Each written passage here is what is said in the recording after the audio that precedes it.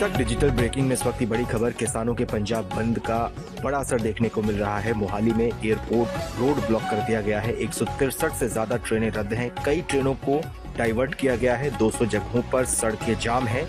किसानों के बंद का बड़ा असर पंजाब में देखने को मिल रहा है। कई इलाकों में भयंकर जाम मिल रहा है। 200 से ज्यादा सड़कें इस समय बंद कर दी गई हैं। 163 से ज्यादा ट्रेनें रद्द की गई हैं। कई और ट्रेनें भी प्रभावित हुई हैं, जिनके रूट्स में बदलाव किया गया है।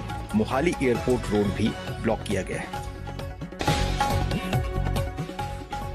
तो देखा आपने, आज एक दुर्घटना हुई है जिसमें 100 से ज़्यादा लोग मर चुके हैं। मेरे भाई बहनों, ईश्वर ने हमें इसलिए नहीं भेजा कि हम आए और इस दुनिया को ना देख पाए, ना उसके जीवन में उसके कार्यों कर पाए, परंतु परमेश्वर ने वचन से हमें पहले ही अवगत और सिखाया भी है। परंतु जितनों ने वचन को ग्रहण किया वो सब बच जाएंगे, क्योंकि परमेश्वर का वचन है और वो हमें चेतावनी देता रहता है। तो आज हम वचन को पढ़ते हैं। वचन में लिखा है, जो कि 1 पतरस 5:8 में, कि सचेत रहो और जागते रहो, क्योंकि तुम्हारा विरोधी शैतान गरजने वाले सिंह के समान खोज में रहता है कि किस तरह आपको फाड़ खाए। मेरे भाई बहनों, इस वचन से परमेश्वर हमें ये शिक्षा दे रहे हैं कि हमें सचेत रहना है और हमें हमेशा सावधान रहना, क्योंकि शैतान चारों तरफ मौका देखता है वो आपको फाड़ खाने के लिए। वो चाहता है कि आपका जीवन उसी वक्त नष्ट हो जाए। क्यों परमेश्वर हमें प्रतिदिन ये चीज़ें सिखाता है, क्यों हमें ये वचन देता है कि अगर हम उसकी अगुवाई में, उसकी आज्ञाओं में चलेंगे तो वो हमें बचाएगा। और वो हमें सचेत करता है कि हमें कहाँ जाना चाहिए, कहाँ नहीं जाना चाहिए और हमें किसकी सुनना चाहिए।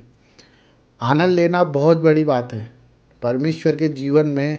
अगर हम आज दुनिया में पैदा हुए हैं तो हमें आनंद लेने का अधिकार है, हमें खुशी मनाने का अधिकार है, परंतु ऐसी खुशी हम नहीं मनाना जिसके कारण हम तो जाएं परंतु हमारा परिवार दुखी हो जाए, हमारा पूरा वातावरण बिगड़ जाए और एक मायूसी सी छा जाए, जिस तरह शैतान की इच्छा है।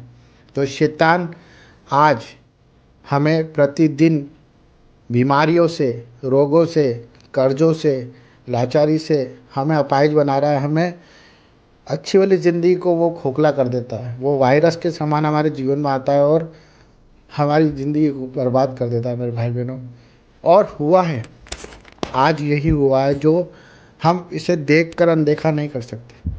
हमें देख के और शिक्षा लेनी है और लोगों को बताना है कि परमेश्वर आज उन्हें क्यों नहीं बचा पाया, क्यों नहीं उन्हें उस विपदा से बचा कर सुरक्षित कर पाए। क्योंकि परमेश्वर ने वचन से सिखाया कि आप सचेत और जागृत रहें, आप जागते रहें, क्योंकि शैतान फाड़ खाने वाले सिंह के समान है।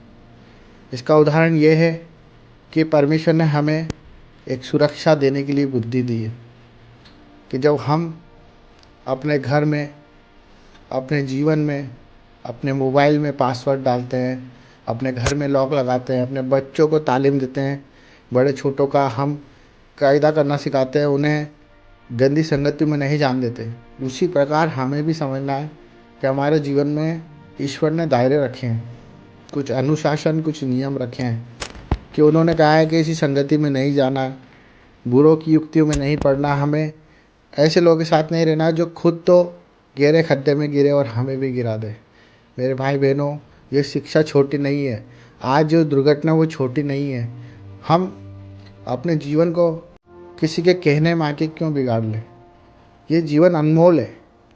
ये जीवन जितना है वो अनमोल है, क्योंकि ईश्वर हमें कुछ योजना देना चाहता है। वो हमें वो मुकुट देना चाहता है जो वो चाहता है। वो हमें दिखाना चाहता है कि हम परमेश्वर की संतान जो उसने बनाया है, वो शैतान को रोन सकते हैं अपने पैरों से। हमें वचन की ताकत दी है, हमें जीने की ताकत दी है, हमें सांसें दी है, परंतु ये सांसें सब उसके हाथ में है।